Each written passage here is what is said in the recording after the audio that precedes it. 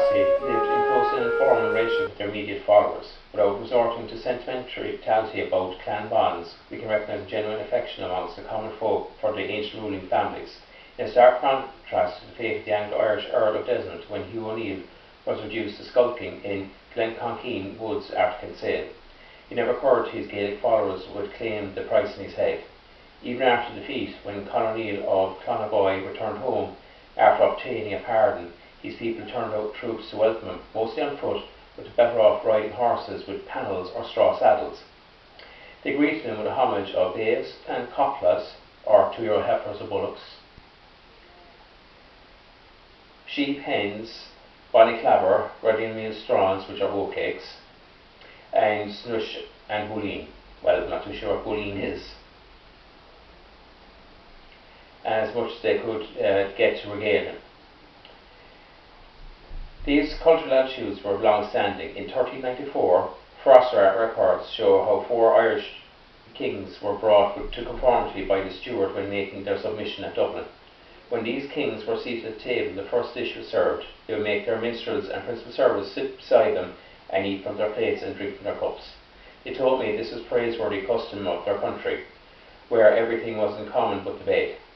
I permitted this to be done for 3 days, but on the 4th ordered tables to be laid out and covered properly, placing the 4 kings at an upper table, the minstrels at another below, and the servants lower still.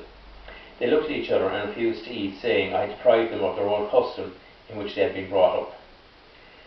The steward explained, now they should conform to the manners of the English.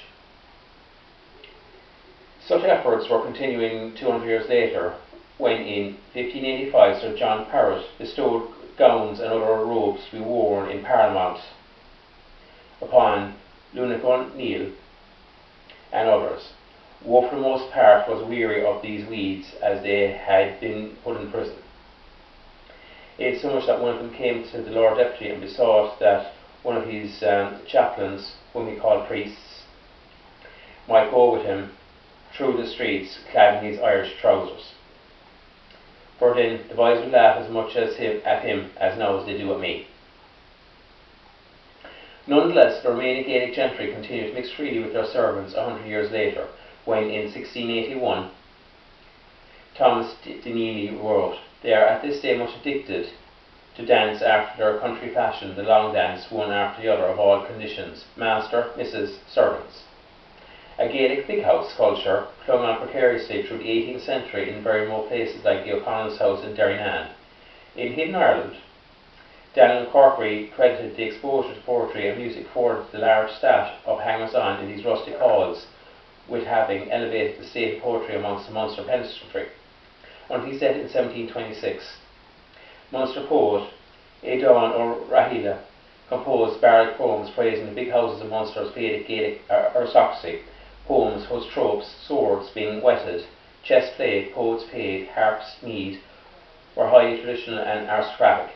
Whatever one thinks of Corkery's thesis, it is an undisputed fact that the O'Rall's poems remain on the lips of illiterate Kerry farmers right into the 20th century.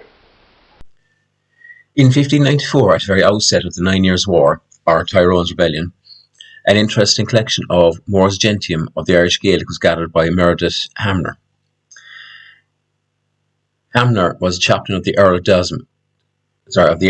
of Ormond and treasurer of the Christ Church in Dublin.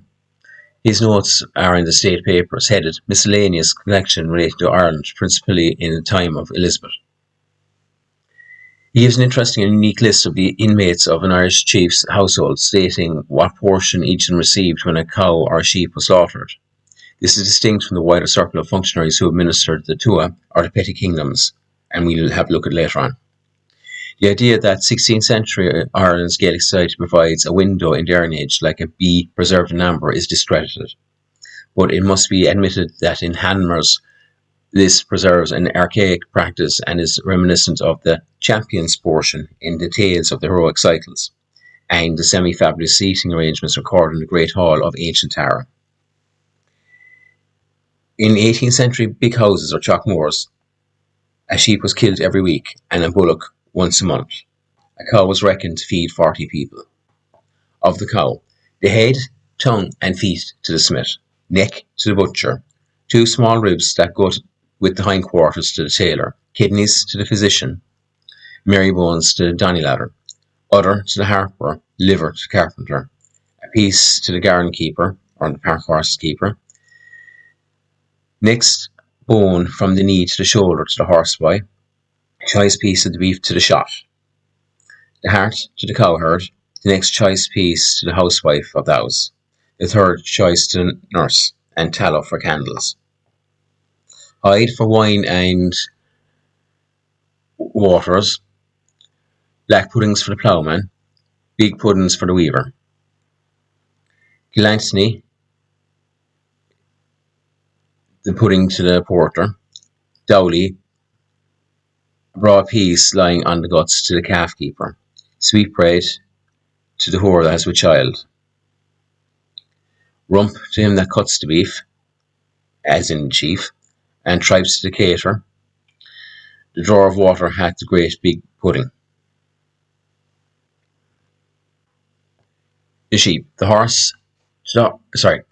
to the horseboy, neck to the garden keeper, liver to the carpenter, shoulder to the astronomer, bag pudding for the man that brings the water, the heart and the feet for the shepherd, and the skin for the cook. Not surprising, this all mirrors Highland practice recorded by Dr. Johnson at the end of the 18th century during his tour of the Hebrides. Quote, when a beef was killed for the house, particular parts were claimed as fees by the several officers or workmen. What was the right of each I have not learned. The head belonged to the smith, the other of a cow to the piper. The weaver had likewise his particular part, and so many pieces followed these prescriptive claims that the Lord was, at last, but little. Unquote. The smith, or govdove, was a non-producer of food with semi-magical powers, and he was entitled to the tribute of first fruits, the heads of slain beasts which were his perquisite. George Petrie, the 19th century antiquarian, recorded a time when a smith might have had 50 or 100 heads of cows and pigs pickled in his kitchen. The nurse was not a wet nurse, for children were usually put out at fosterage, but rather a woman who tended the sick and wounded. An astronomer indicates the physician, as the doctor used astrology to guide his treatments. Horseboy, which we heard there earlier, him that cuts the beef and receives the choice rump is no doubt the master of the house. Now, we'll have a look at a few more other people apart from the household here. Now, the Lord's gallowglass. The donnyladder, or literally strong man. This is probably the Lord's gallowglass, or gallowglass. Apparently distinct from the constable who led the gallowglass in the field. This was an individual gallowglass selected to serve as personal bodyguard for the chief. In 1605, a witness in a lawsuit testified that, quote, he was a gallowglass to Conor O'Brien, the 3rd Earl of Thomond, who died in 1580, and waited for him in his chamber. Unquote.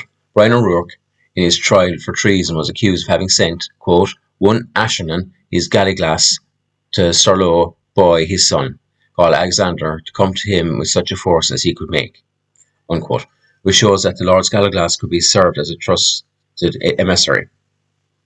Even after he had replaced his gallowglass with a new force of bonnas equipped with shock and pike, Hugh O'Neill retained his Lord's gallowglass. His proclamation of 1601 for raising bonnas specifies that one of the dead pays in each company should go to the 𝕮𝖊𝖓𝖙𝖚𝖗𝖞 for his maintenance. The Gaelic institution was adopted by the English Lord Deputy in Ireland, and in 1590 the gallowglass had its clothing allowance listed on the accounts of the Lord Deputy's office. The Mountjoy Secretary finds Morrison, records a general and his staff being badly shot up while campaigning against O'Moore in the Midlands. His horse, 𝕮𝖍𝖎, was shot, and his dog and chaplain. Likewise, his helmet was dented at the hands of his gallowglass. Martin says, quote, every chieftain has had bold armour-bearer whose business was always to attend the person of his master night and day to prevent any surprise, and this man was called gallowglass. He had likewise a double portion of meat assigned to him at every meal. The measure of meat usually given to him is called to this day 𝕮𝑓r, that is, a man's portion, meaning thereby an extraordinary man whose strength and courage distinguished him from the common sort, unquote. Taken from the Western Highlands of Scotland, 1703. The porter, in 1413, the mayor of Waterford arrived in Cheap Castle, the predatory maritime clan of the O'Driscolls, and demanded admittance. Quote, the porter brought back word that he was welcome. The porter opened the gate. And when 𝕴𝖗𝖚 O'Brien was proclaimed traitor in 1595, he sent his porter to Dublin as a spy. Dr. Hanmer's notes some droll Irish tales, one involving a tripe-eating match between a porter and another, in which the porter won by employing a mastiff to eat for him. Martin in 1703 described the Highland equivalent. Quote, they had a constant sentinel in the top of their houses called cockman, or in the English tongue, cockman, who was obliged to watch day and night, and at the approach of anybody asked who goes there. On Barra he saw the officer called cockman, an old cock he is. Would I bid him ferry me over the water to the island? He told me, but he was but an inferior officer, his business being to attend in the tower. But if, says he, the constable who stood in the wall will give you access, I'll ferry you over. Unquote. Permission was declined, and as I suspected him of reconnoitring the place for an enemy. Again, taken from the Western Islands of Scotland, is published 1703. The shot. The arquebusiers, on which good shooting the safety of the house. If assaulted, much depended. In 1597, dialogue of Sylvan and Peregrine by Hugh Collier, Sir Edward Herbert's personal shot is noted. Brian Rowe, coming from the north, attacked Herbert's castle in the Durra, King's County. Quote, one Clinton, the leader of Sir Edward's shot, issued forth upon the setting of some houses on fire near a dining by the castle. But Herbert spied an ambush from the top of his pile and called them back. Now, the Caterer. Antiquarian Herbert Hoare, writing in 1858, says, quote, the chiefs at the time maintained thieves for the special purpose of plundering the Saxon, a fact which may be referred to without any squeamishness by the archaeologists, since it was regarded at the time by the Gael as a retributive and glorious means of, in the phrase of Roger Clue, rending prey from the robber. Cater is the short for the French acheter, meaning to purchase. Sir John Davies, 1607, says the beef eaten in the house of the Monaghan chieftains was for the first part stolen out of the English pale, and that for this purpose, quote, every one of them keepeth a cunning thief, whom he calleth his caterer, unquote. Campion, 1571, says that one of the Irish, quote, sent their caterers to purloin from neighbours or friends, unquote. The Bretons were called to judge and punish the offence by a fine. There are many references to this curious office in documents. For instance, in 1562, Sir Thomas Barnwell and some pale gentlemen were complaining about having troops quartered on them by the cess. Says that there are disorders much more grievous and intolerable, the abuses of the Caterers.